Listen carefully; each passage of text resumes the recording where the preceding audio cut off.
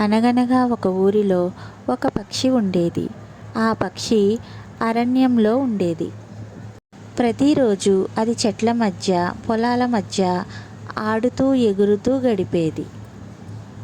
ఒకరోజు ఆ పక్షి నేలపైన తన ఆహారపు గింజల కోసం వెతుకుతుంది. ఆ పక్షికి చాలా ఆకలిగా ఉంది. తన ఆహారం కోసం ఎక్కడెక్కడికో వెళ్ళి వెతుకుతూ ఉంది. ఎంత వెతికినా ఆ పక్షికి ఆహారం దొరకలేదు. అలసిపోయి ఎక్కడెక్కడికో వెతుకుతూ వచ్చింది. అలా ఒక చోటికి తాను వచ్చింది. ఒక చోటికి తాను రాగానే ఆహారం కనిపించింది.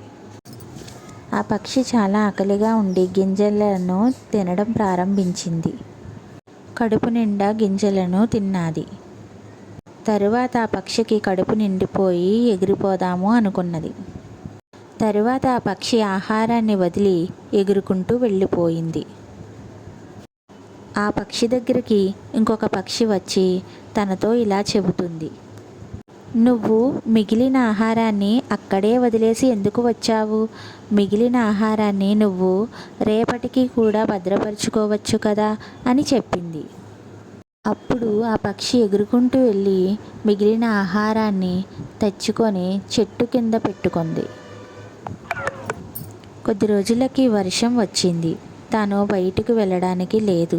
అప్పుడు తను దాచుకున్న గింజలను ఆహారంగా స్వీకరించింది. చాలా ఆనందంగా కడుపు నిండా ఆ ఆహారాన్ని తను తిన్నది.